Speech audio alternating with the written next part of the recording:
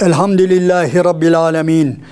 Ve salatu ve selamu ala Resulina Muhammedin ve ala alihi ve ashabihi ecmain. Allah'ın selamı, rahmeti, bereketi üzerinize olsun aziz ve muhterem izleyenlerim.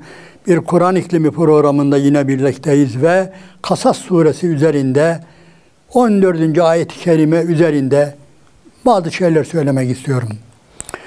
Bismillahirrahmanirrahim. وَلَمَّا بَلَغَ اَشُدَّهُ وَاسْتَوَى آتَيْنَاهُ حُكْمًا وَعِلْمًا وَكَذَٰلِكَ نَجْزِي الْمُحْسِنِينَ. Ne zaman ki diyor Musa bülüğe erdi veyahut da rüşte erdi, olgunluğa erdi, biz ona diyor hikmet verdik.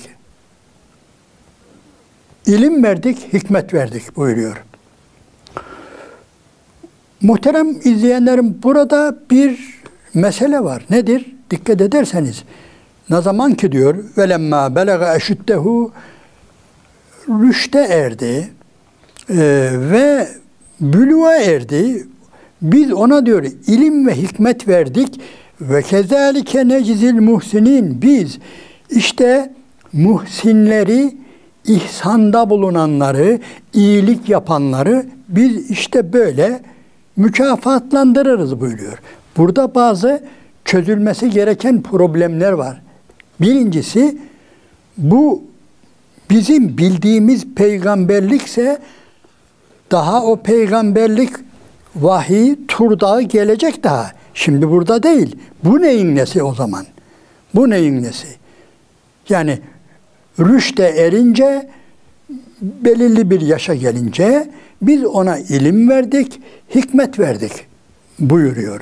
Ve biz muhsinleri böyle mükafatlandırırız. Benzer bir ayeti kerime de biliyorsunuz Yusuf suresinde vardır. Orada da velemma belaga eşiddehu ateynahu hukmen ve ilmen ve kezalike necizil muhsinin. Bir kelime eksik oradaki. Orada nedir? Bülü değil de velemma belaga eşiddehu. Bir kelime eksik. Aynen Hazreti Yusuf'u da böyle çocukken mükafatlandırıyor. İlim veriyor, hikmet veriyor. Biz Musa Aleyhisselam'a dönelim. Onu da oradan çıkarırız da. Kardeşler, bu neyin nesi? Musa Aleyhisselam ne yaptı ki? Hangi ihsanda, muhsinlikte bulundu ki Allah ona mükafat veriyor? Allah ona ilim veriyor, hikmet veriyor. Dikkat edin, daha bu Tur Vadi Dağı'ndan falan önceki bir olay. Biz buradan şunu anlıyoruz. Hz. Musa Aleyhisselam ta çocukluğundan beri haktan yana, haklıdan yana, mazlumdan yana, zalime karşı. Burası çok önemli. Bu aslında bütün peygamberlerde vardır. Hazreti Peygamber de böyledir. Yani zannetmeyiniz ki siz Allah-u Teala onu Hira'da Hira'ya öyle çıkmıştı da orada peygamberlik vermişti. Hayır. Aynen Hazreti Muhammed Aleyhisselam'da, Hazreti Musa Aleyhisselam'da, Hazreti Yusuf Aleyhisselam'da ta aklı ermeye, rüşte erdikten hemen sonra nedir? Yani hep doğrudan yana, haksızlıklara karşı, mazlumdan yana, zalime karşı. Onun için Allahu Teala, biz onun için ona ilim, hikmet verdik ve bu şekilde ve kezalike necizil muhsinin, biz muhsinleri böyle işte ödüllendiririz, mükafatlandırırız buyuruyor. Demek ki yapıları böyle. Allahu Teala peygamberlerini ta ezelde bu şekilde yaratmıştır. Yaratırken hep haktan, haklıdan yana olma, zayıftan yana olma, akrabalık ilişkilerini sürdürmeden yana. Yani muhterem kardeşlerim, Hazreti Musa Aleyhisselam Tur Dağı'nda Firavun'a düşman olmadı. Da baştan biliyor. Her ne kadar onun sarayında yaşasa da olup biten her şeyi hem biliyor hem de bir tarafı var. Bak burası çok önemli. Ya ben bunun burada yiyorum, içiyorum işte rahatça falan. Yani biraz da bununla beraber olayım falan yok. Ta baştan beri aslında Firavun'a karşı. Allah-u Teala onun için yani mükafatlandırdık buyuruyor. Yani bu konu geniş bir konudur. Yani birçok yere daha genişletebiliriz. Nasıl genişletebiliriz? Daha önceki sohbetimizde de söylediğimiz gibi yani peygamberlik yani ezelden yani Allahu alemu haysu yec'alü risalete, Allah risaletini, peygamberliğini nereye, kime vereceğini çok iyi bilir. Yani çok iyi bilir. Ta ezelden bunu bu şekilde, hatta innallâhe estafâ Adem'e ve Nuhan ve âle İbrahim'e ve âle İmran'e alel âlemin ayeti kerimesinde Ali İmran suresinde buyururken yani ezelden seçmiş, hatta seçkin yaratmış. Yaratırken o şekilde seçkin yaratmış. Yani tabir caizse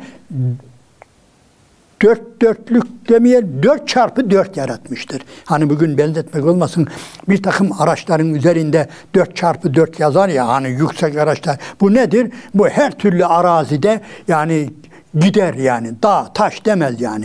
Her yerden gider. Motoru da öyledir, yapısı da öyledir dediği gibi Allahu Teala rasullerini başta yaratırken hep böyle yaratmıştır. Yani özellikle zorluklara karşı çıkacak şekilde, güçlüklere dayanacak şekilde yaratmıştır. Yani Firavunların, Nemrutların, Ebu Cehillerin karşısında pes etmeyecek şekilde baştan öyle yaratmıştır. Ve ona göre de risaleti onların omuzlarına koymuştur. Burada da bunu görüyoruz. Musa Aleyhisselam'a Allah-u Teala ta ezelden böyle bir gençliğinde gücünü, kuvvetini, her şeyini veriyor ve daha da önemlisi sadece böyle fiziki gücü, kuvveti, iradesi, psikolojisi falan değil. Yani doğruyu eğriden ayıracak, yanlışı doğrudan, hakkı batıldan ayıracak. Özellikle yani tabii yani kime merhamet edilecek, kime karşı dikilinecek, bunları bilen bir Musa var ortada. Henüz daha peygamber olmasa bile onun için biz diyor, öyle diyor, onu mükafatlandırdık diyor. Biz böyle mükafatlandırırız diyor ve devam ediyor ondan sonra. Dikkat edin ve 2 nokta üst üste mesela der gibi aynen böyle bir de örnek veriyor. Musa böyleydi. İsterseniz bakın. Ve dehalel medinete ala hini gafletin min ehliha. Şehre girdi diyor. Bir gün şehire girdi diyor ve şehirde diyor, şehir tenhaydı diyor. Yani öyle kalabalık değildi, kimsecikler yoktu. Orada fevecede fiha raculeyni yaktatilan. Birbirleriyle kavga eden 2 adam gördü diyor. Şehir tenhaydı ve birbirleriyle kavga eden 2 adam buldu. Fevecede fiha raculeyni yaktatilan.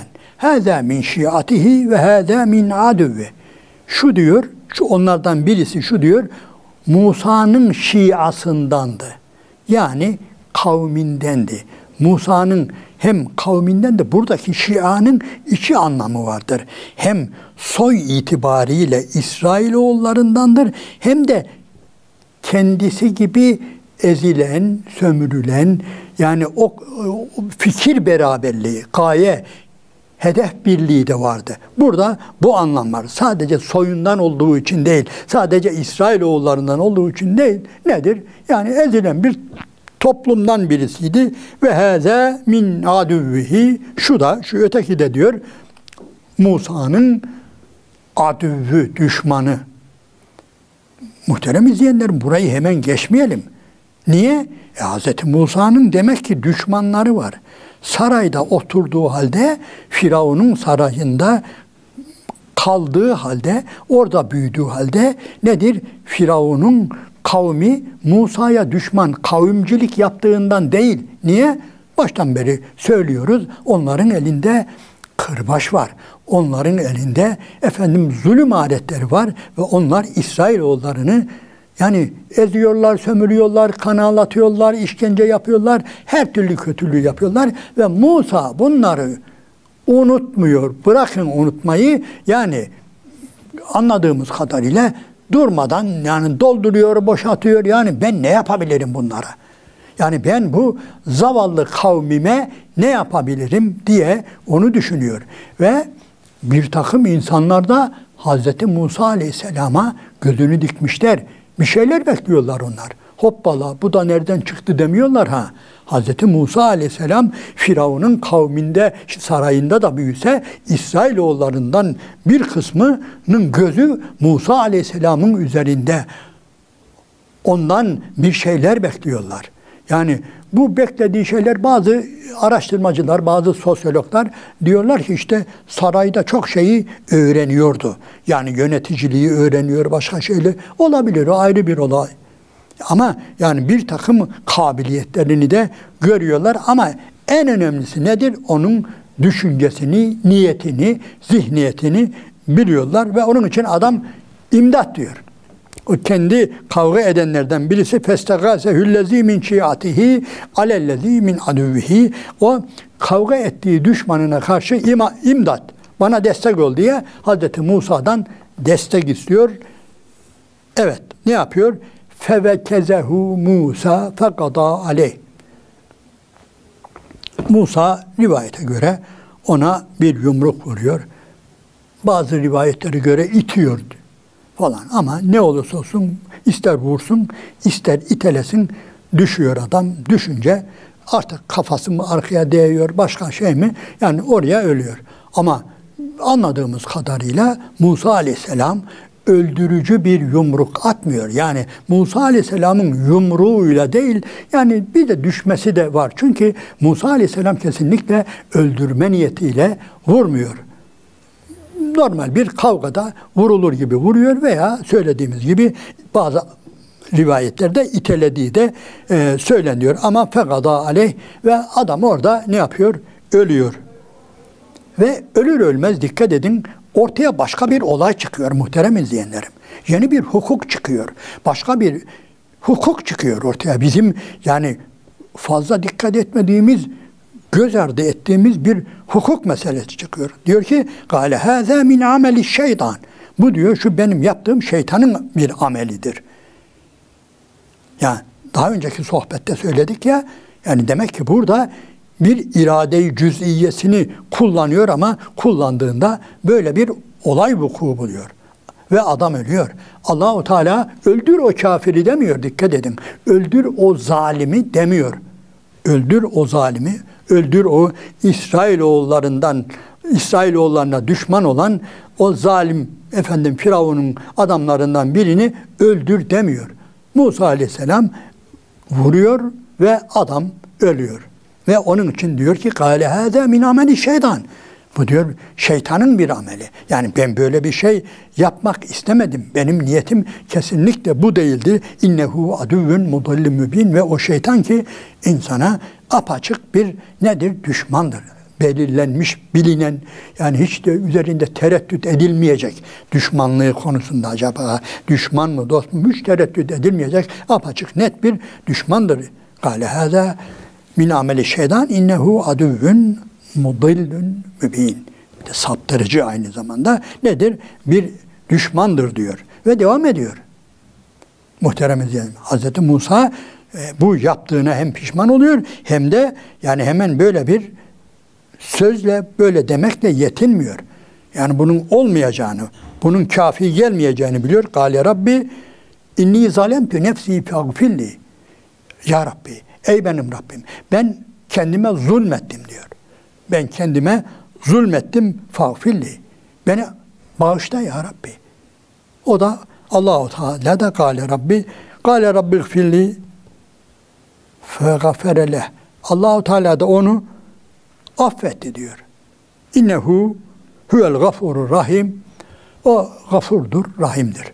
Muhterem izleyenlerim, burada bir başka olay daha var. Göz ardı etmeyelim. Nedir? Hz. Musa Aleyhisselam hiç gevelemiyor, özür dilerim. Yani itiraf ediyor. İnni zalemtü nefsi. Ben zulmettim diyor. İşte ya Rabbi o benim kavmimden değil, işte o da yardım istedi de benim niyetim şuydu da. Hiç böyle mahkemede işte bugünkü yapıldığı gibi böyle suçunu affettirmek için böyle suçu üstünden atmak falan, hafifletmek, işte hafifletici sebepler falan yok. Ben zulmettim diyor. Kâle Rabbi inni zalemtü nefsi. Ben zulmettim ya Rabbi. Bu var ya, peygamberlerin en büyük özelliklerinden birisidir. Yani bu basit bir olay değildir. Allah'a karşı hiç böyle şey yapmıyorlar.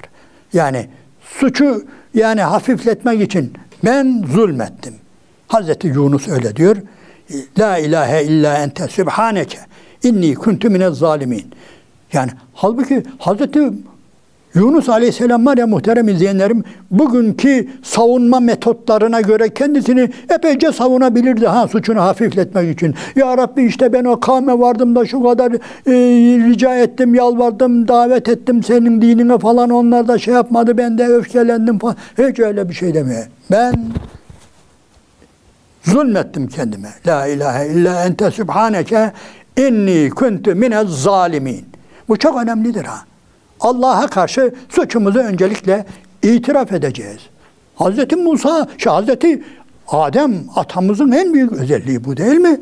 Rabbena zalemna enfusena ve illem tağfir lena ve terhamna lenekunenne minel hasirin. Aman ya Rabbi dediler. Adem de Havva da, annemiz, babamız ve biz zulmettik ya Rabbi kendi kendimize. Halbuki inanınız, söylediğim gibi bugün eğer işin içine avukatları, mahkemeyi şunu bunu soksaydı, onların da epeyce savunacakları şey vardı. Hazırlarlardı dosya. Ya Rabbi işte bu iblis şöyle yemin etti, böyle yemin etti. Biz işte yalan yere yemin edileceğini bilmiyorduk. İşte buna benzer çok şeyleri var. Bizim iyiliğimizi istediğini, şunu bunu falan. Hiçbiri geçerli değil. Biliyorlar onlar. Allah'a samimi olanı, Allah'a karşı günahları itiraf etmede samimiyet çok önemlidir. Biz zulmettik ya Rabbi kendimize. Biz yanlış yaptık ya Rabbi. Biz yanlış yaptık. Sen bizi bağışla ya Rabbi. Sen bizi bağışlamazsan bizim sonumuz haraptır. Hüsrandır ya Rabbi. Kardeşler, bugünün en büyük problemlerinden birisi budur. İnsanlar hiç suçu üstlenmiyorlar. Hiç suçu üstlenmiyorlar. Halbuki yani savunulacak bir sürü yer olduğu halde hiçbir peygamber suçu üzerinden varsa eğer zellesi varsa böyle ne yapmamıştır? Atmamıştır. Atmamıştır, kabullenmiştir. Tamam ya Rabbi. Ben zulmettim. Sen gafursun, rahimsin, benim. Ben zalimim, sen gafursun, rahimsin, beni bağışla ya Rabbi demiştir ve bu Allah-u Teala'nın hoşuna gitmiştir. Kelime eksik olabilir de Allah-u Teala böyle yakarışlardan razı olmuştur ve hiç yani uzatmamıştır meseleyi. Uzatılabilirdi çünkü uzatmamıştır. Orada Allah-u Teala Hazreti Musa Aleyhisselam'ı ne yapmıştır? Affetmiştir. Bir şey daha var burada yalnız. Devam ediyor ayeti kerime. Kâle Rabbi bimâ en'amte aleyye felen ekûne zahîran lil mücrimin. Ya Rabbi bir daha böyle bana verdiğin bu gücü, kuvveti, rivayete göre Hazreti Musa Aleyhisselam gerçekten yani güçlü, kuvvetli, böyle çok ciddi bir görünümü, fiziki bir gücü, kuvveti olan bir peygambermiş. Hazreti Nuh da öyleymiş ve bana verdiğin bu güçle, kuvvetle bir daha böyle mücrimlere arka çıkmayacağım ya Rabbi. Mücrim kim? Mücrim de o kendinden şey isteyen daha sonra gelecek. Daha sonraki sohbetimizde inşallah bunu dile getiririz. Yani o kendisinden yardım isteyen İsrailoğullarını da temize çıkartmıyor. İsrailoğullarından olan min şiatihi, kendi şiasından olan adamı da temize çıkarmıyor. Bakıyor ki belanın biri. Böyle bulaşık bir adam. Her yerden bela getiren bir adam. Yani onu da kabul ediyor. Ve ya Rabbi ben bir daha bana verdiğin bu güçle, kuvvetle ben böylelerine bir daha destek olmayacağım ya Rabbi diye bunun da sözünü veriyor. Bu da ayrı bir konu Bu konuda sadece bu ayet üzerinde de epeyce konuşulabilir, ders yapılabilir ama inşallah anlıyorsunuz, gerek görmüyoruz yani. Bu tür insanlar olur. Yani hem bizim tarafımızdan olur hem de bela getirici olur Yani veya bizim yüzümüzü ağartmasa bazı şeylerimiz vardır ki destek olduğumuz insanlar vardır ki inan bazen bizi yere baktırır Yere baktırır. Kafamızı kaldırtmaz. Yani iyilik yaptığımızda pişman oluruz. Bazı insanlar vardır. Bunu da kabul edeceğiz. Bunu da o bizim sülaledendir, o bizim soydandır, o bizim arkadaştan şudur budur diye yani böylelerini savunmaya da kalkmayacağız. Evet. Adalet budur, peygamberlik budur, her şey budur. Allah-u Teala bu anlamda bizlere güzel adımlar atmayı, bu ayet-i kerimelerden, bu rasullerden güzel ders almayı bizlere nasip ve müyesser eylesin. Allah'ın selamı, rahmeti, bereketi üzeriniz olsun aziz ve muhterem kardeşler.